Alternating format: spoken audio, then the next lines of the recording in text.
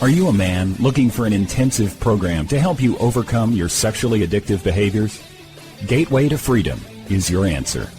Gateway to Freedom is a 3-day intensive workshop for men seeking to overcome sexually addictive behaviors. Whether married, single, or divorced, Gateway to Freedom will help men regain hope for a new life of purity and real contentment. The workshop is conducted by experts in the field of sexual addiction recovery.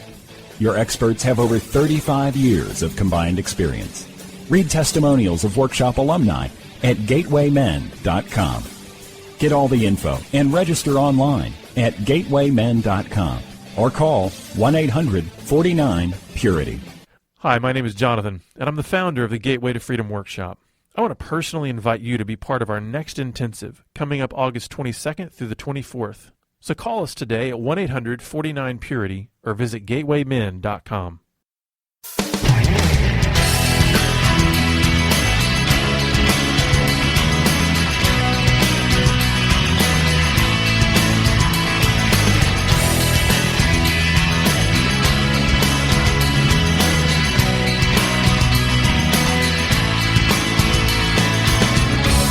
Welcome to Pure Sex Radio, training men, educating women. Are you ready to get real and start living each day in purity? This dynamic program is designed to educate, encourage, and equip listeners with the tools necessary for living a life of sexual purity. Pure Sex Radio brings you the best in mobile talk radio. Listen to real-life struggles, learn how to overcome lust, pornography, and sex addiction, and get serious about purity. Your hosts for Pure Sex Radio are Jonathan Doherty and Stephen Cervantes. Jonathan is the director of Be Broken Ministries and founder of the Gateway to Freedom Workshop for Men. Stephen is the founder of the Hope Counseling Center. Visit us online at puresexradio.com. And now, please welcome Jonathan and Stephen on Pure Sex Radio.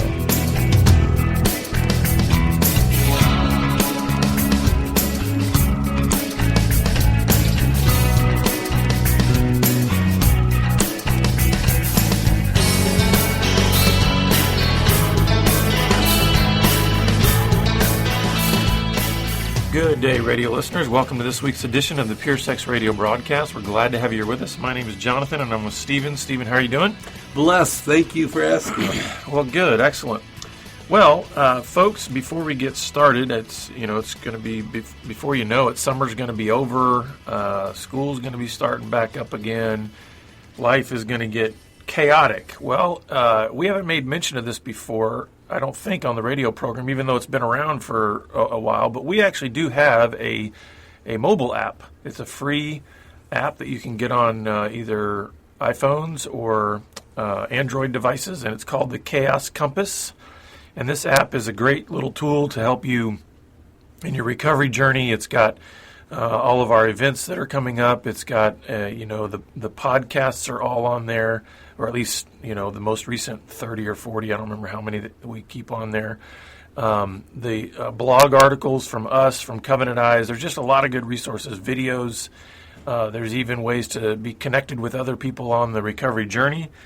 So you can go to either the App Store or the Google Play Store and look up Chaos Compass, and you can download the app for free.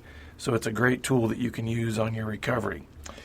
Well, Stephen, we are going to be talking about husbands this week. So, guys, you need to get your pen and paper out because you're going to want to take some notes on what these husbands are like. And ladies, wives out there, this may be a very educational broadcast for you because we're going to talk about 6 different types of husbands and kind of where they might fall on this continuum of growth. So, Stephen, since you're the relationship expert, I'm gonna pass it off to you and let you, all right. let you take it from there. Good at something. I wasn't sure what, so that's good.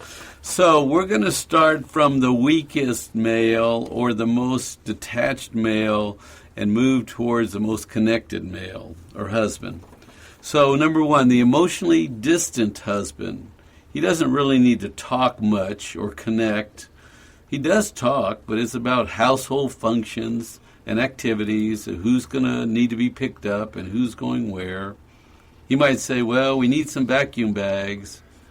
and I'll drop off the kids at school, but there's not much personal information or insight or growth dialogue or emotional connecting. Actually, emotions are seen as weakness, and so there's minimal emotional content. And so everybody just operate as an independent in this family, be self-contained, and don't forget, nobody really needs much praise or support. Just be strong, everybody.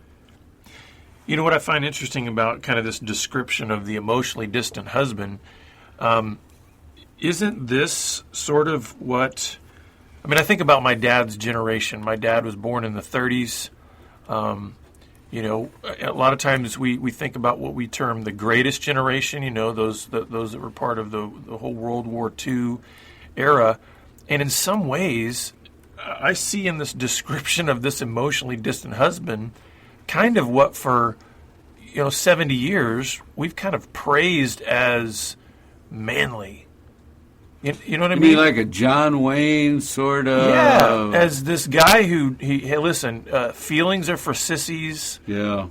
You just got to be almost, not necessarily cold, but sort of detached. And just, it's all about getting the job done. And we're actually kind of putting that down here as sort of, that's kind of a weak man. That's not really. Right.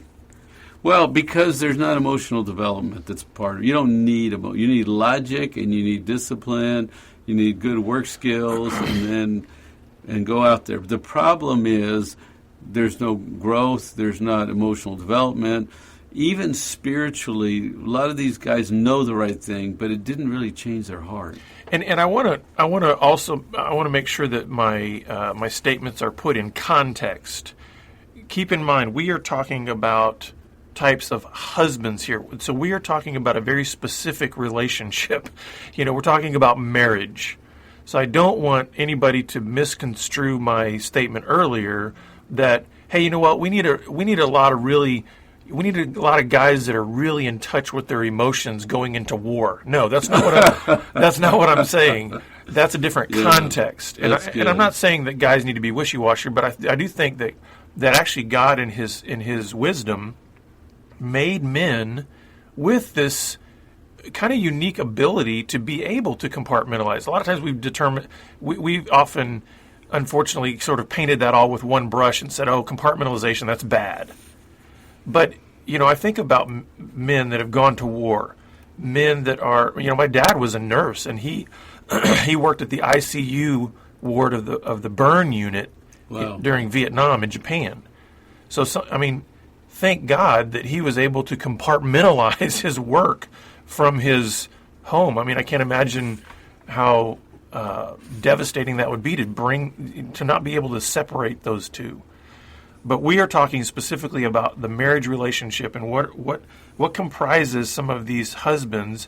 And so this first one is that emotionally distant husband. So in his relationship with his wife and his home, he's not present emotionally, or it's a very, very small. And it's very clear. We're not going to talk about meaningful things. We're just not. So don't waste my time and don't approach me. It's real clear. We don't. I have no interest. Yeah. So the second type male husband, it would be the aware but hiding husband. So he is aware of things, but sort of doesn't want to deal with them. So he could be denying, avoiding. He knows he lives on the edge in some areas of his life, but he's private. He keeps things to himself. He offers information, but just minimal information. He doesn't really want to talk about learning or growing and maturing. So he withholds a lot. But he knows there's a weakness in his system. The emotionally distant husband, some of them don't even know. They say, I didn't even know I was doing the right thing. I thought that was what I was supposed to do. This guy's aware, but he's kind of hiding because he doesn't want to deal with it, and he hopes his wife just will shut up and leave it alone. So he may have even lie to help his wife avoid feeling any pain. He'll avoid, he'll lie, he'll kind of confuse the situation just because it's an issue. He knows there's an issue, but he doesn't want to do anything about it. He thinks he's doing his wife a favor if he just doesn't tell her. Mm-hmm. And he can look good to others and be very social and appropriate in social settings, but there's no depth in his relationship at home. And he is growing, but oftentimes in a secret, unhealthy way. So what would you say is that, because the emotionally distant husband is this guy he's just disconnected. Right. He's sort of oblivious. But you're saying this guy, he has an awareness, he understands he's disconnected. I know I should.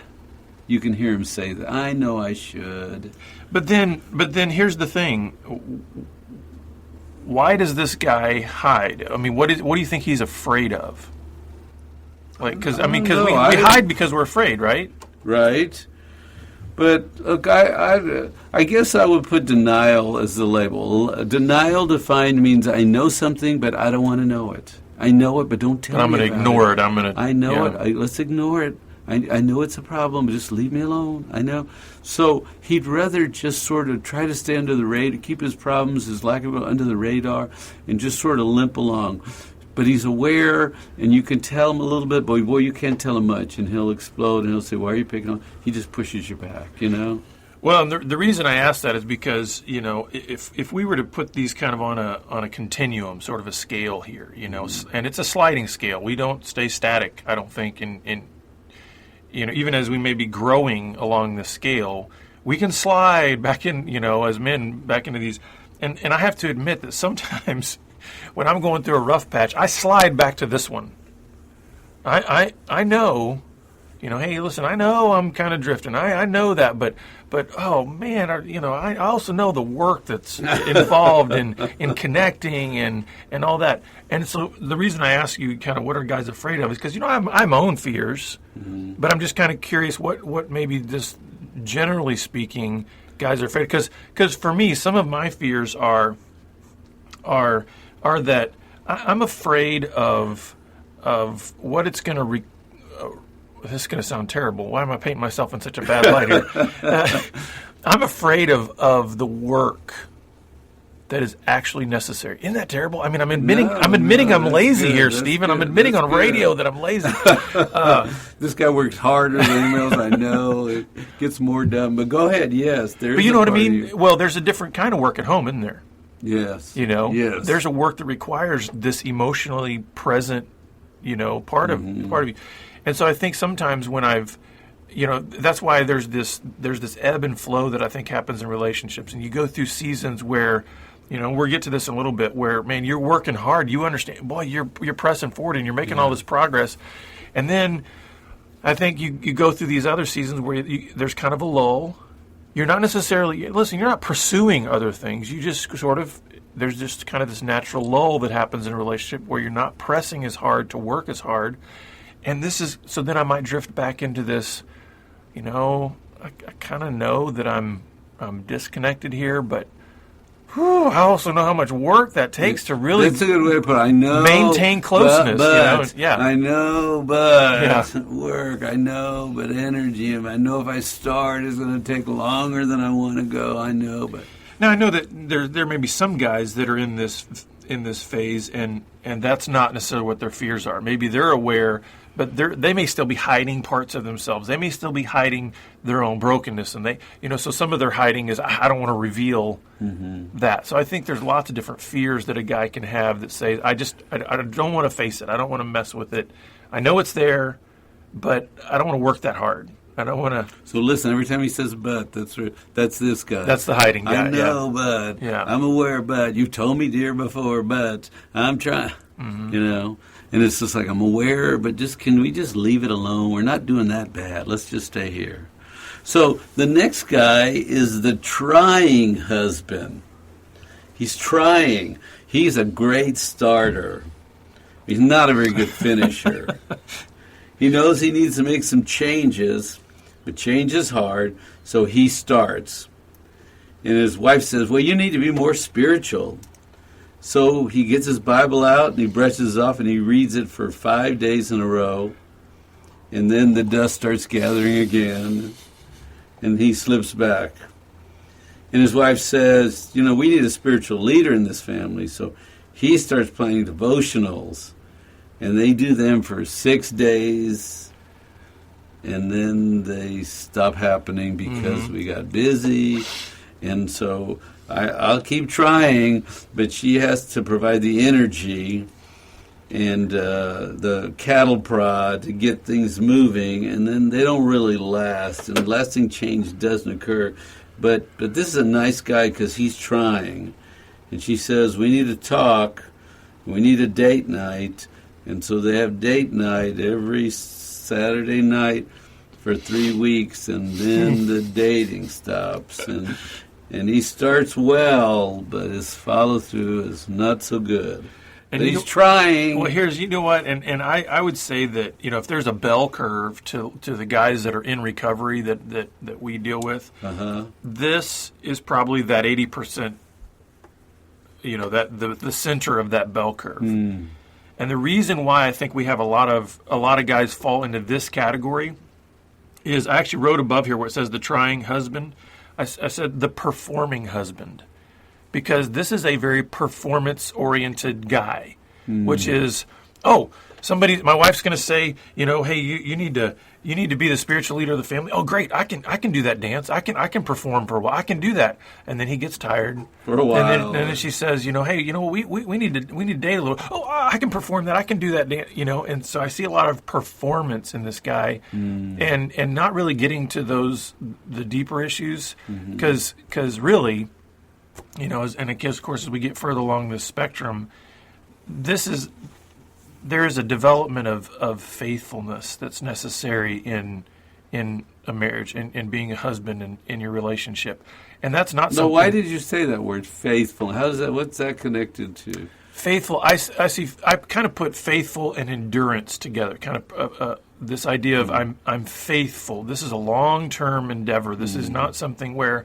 I can do this little 5-6 day song and dance routine, make you really impressed, and that's going to last. But not just faithful to my wife. You're saying faithful to the mission, to the journey, or something. Faithful, because it's. And certainly that has that component of faithfulness to my wife, because hey, I did commit to her, but I'm thinking in a bigger deal, and so.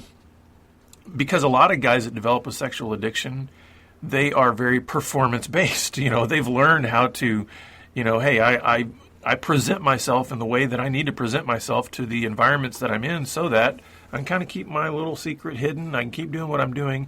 So then when they get into it, when they realize my marriage is not great and I'm starting to see the things that are affecting it, I will try, which translates to I will perform. I will put on the best show you've ever seen for 2 months. And I will go to a seminar. I'll go to a group. I'll go away from that seminar, and I will, for the first 3 nights that we're home, I'm going to do that workbook. And you're going to be impressed because I'm trying. I'm trying. And that's just it. I see a lot of I would say this is probably the place on this continuum where guys get stuck a lot. They kind of create a loop here under the trying husband. They try, it fizzles out. They try, it fizzles out. They try, And so, because I really feel, we're not there yet, but I really feel the next phase, that's the key, phase for getting to the next. The real change occurring, No, I like this statement you made about being faithful to the mission, because they try because they don't want to look bad, or somebody pointed out something wrong, and so they'll try to clean it up, but they don't really want to do it. Yeah, it's more of an image thing than it is a heart thing. Mm-hmm. It's like, well, I don't want to be seen in that light. My heart really. I'm not really choosing to do this, but the pressures around me. Okay, I'll conform and I'll kind of perform this way. Yeah. And that's why I appreciate you kind of really harping on he starts and then it fizzles. He starts and then it fizzles, because that's kind of what happens when we haven't had real heart transformation. You're not going to have long-term changes present in your life, because it's going to be about, I'll perform for 4 days here and I'll perform this for 6 days and I'll do these things. And some guys, hey, they're great white knucklers for 60 days. But then it's like, I'm not really changing. It's not really, my heart isn't in it. That's good. So then we go to what you were talking about, this pinnacle where things sort of shift, because this thought occurred to me: what's it like to be in a relationship with a trying husband? Ask my wife. She's been there. So, he means it. Oh, we're not doing it anymore. Oh, he said and he promised. Mm-hmm. Oh, he stopped doing it. Oh, we're starting again. Oh, but and after a while, right? She goes, let's not even start, because I know you're only good for 3 days and your heart's not in it. Yeah. And then it sort of messes, because it's like, I'm not worth it. Mm. Right? That's the takeaway. I'm really not worth it. You don't really want to be in a relationship with me. You try because I complain. I'm tired of complaining, so you can stop trying. Wow, yeah. So then we have to get to the honesty about who we are and about life, and why you call this ministry Be Broken Ministry, because, honesty starts from a place of woundedness or brokenness. So number 4 is the broken husband. And this is sort of a waking up phase, because they're pressing into themselves now and learning more about themselves. Mm-hmm. A husband that realizes some bad habits that he's been practicing, they have to be broken. And he starts to look deep inside, and he sees that his emotional system has this bent to it. And he's been just coping through life. And he reflects back on his childhood, and he realizes that there's a connection between the past and the present. So, any comment? I'm going to stop right there. What are you thinking? Well, I think, and I totally agree. I love the way you kind of described it as a waking up phase. Because I kind of all the way up to the trying husband, there's a sense of, I can kind of keep all this in control. Mm. I can still manage all of this. And I think this stage of brokenness is kind of breaking down that sense of control, manipulation. Mm. I can manage this. It's sort of an admission of, if I'm going to be in a real relationship with a real wife, then there is plenty that I don't know, and there's plenty that I can't control. And it's kind of a waking up to that. Yeah. And part of that waking up, like he says here, is a discovery in his own being of the things he hasn't been able to control, the things that have been out of control, the things that have been harming himself, that then translate into harming his relationship. And so he starts that. I think this is the discovery phase where a guy in recovery realizes, oh, I'm part of the problem. There are things in me that I need to work on to enhance my relationship. That's good. And then, later, then we'll get to some of the stuff where out of that discovery phase, he starts realizing then how to better connect to his wife. But I think it has to start with that guy realizing I am a mess. Mm. And I, until I start getting help from outside of me, I'm not going to be able to change me. And these habits are long-standing, and they're insightful about the problem and his attempted solution. And he starts to view his past and what happened to him in connection with his little habits now.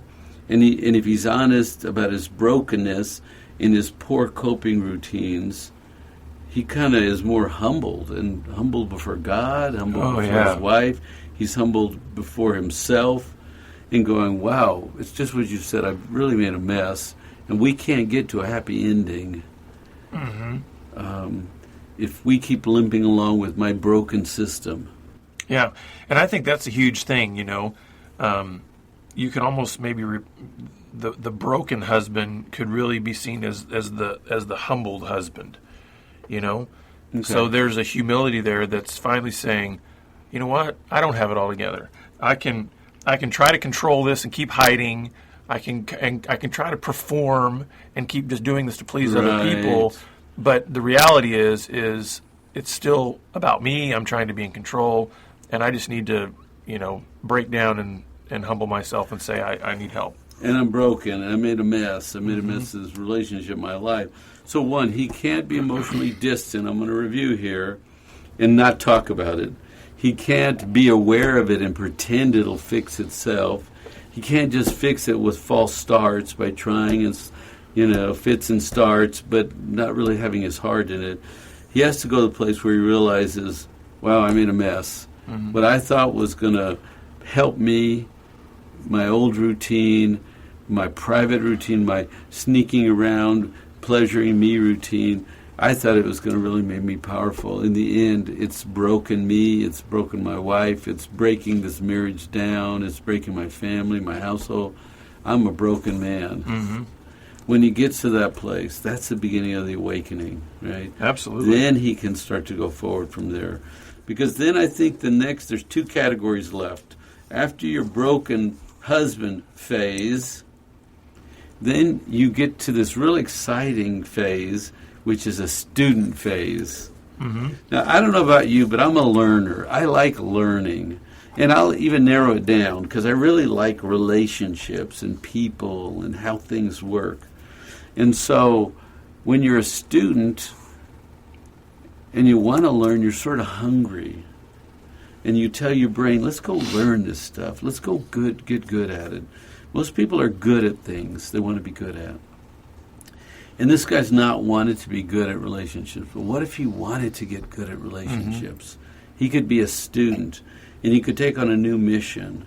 That I'm going to be whole, that I'm going to build on a broken past and poor routines. I want to be a student of love and love stories. And I just want to be a student learning that I can start again. And I can start from a broken place with my wife. And I can explore her pain and my pain. And I can realize that nobody's going to die if we tell painful stories. Yeah, and I think one of the keys to me on this one is where it says, he starts to feel the brokenness of his wife.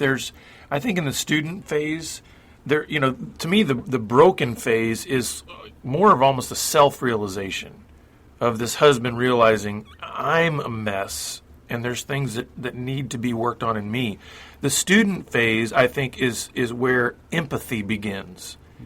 Because it's like out of my brokenness and being able to humble myself before God and others to start getting help, I'm realizing I haven't really paid much attention to not only my wife in general, but the pain, her brokenness. I haven't sought any understanding of her to understand her. And so I think the student phase is not as much about me learning about me as it is about me learning about my wife. That's good. And really empathizing with her and starting to, what does it mean, when she's feeling that or when she's thinking that? And there's more of an And then it goes on to kids, right? You start paying attention to your kids and you learn they have personalities and what builds them and what breaks them and how they need to be nurtured. And you get in rhythm, right? Mm-hmm. When you're a student of yourself and others, magical things start happening. Speaking of magic, we've got about a minute left. We've got to get to the number 6.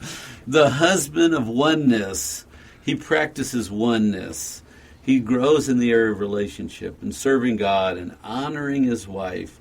He's sacrificing for each member of his family and enjoying it. He has peace in his life. And he really feels like he's living with God's design.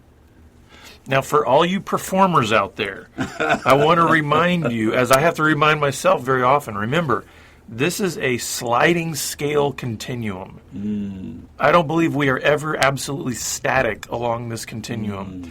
Now, I believe this is the goal. This is the goal because it's the goal that God set. He said the two shall become one. So oneness is our goal, but realize even if we get to places where we're enjoying great seasons of this oneness, guess what? We're on this sliding scale. I don't want guys to get into the mindset of if you reach this place of oneness in your marriage, have the expectation, we've arrived, it's static, it's perpetual, it will never end.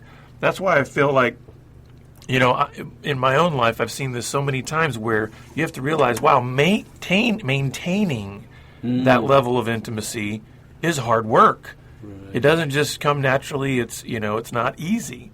So anyway, we're out of time, but folks, I hope this has helped you just get a better picture of maybe men especially, how you can be a husband that's moving towards greater oneness with your wife. And couples, if you're struggling out there, please contact us. We're here to help you along the way. And we look forward to having you back here again next week on the Pure Sex Radio broadcast. Bye. Pure Sex Radio is paid for by Be Broken Ministries. Visit us online at puresexradio.com.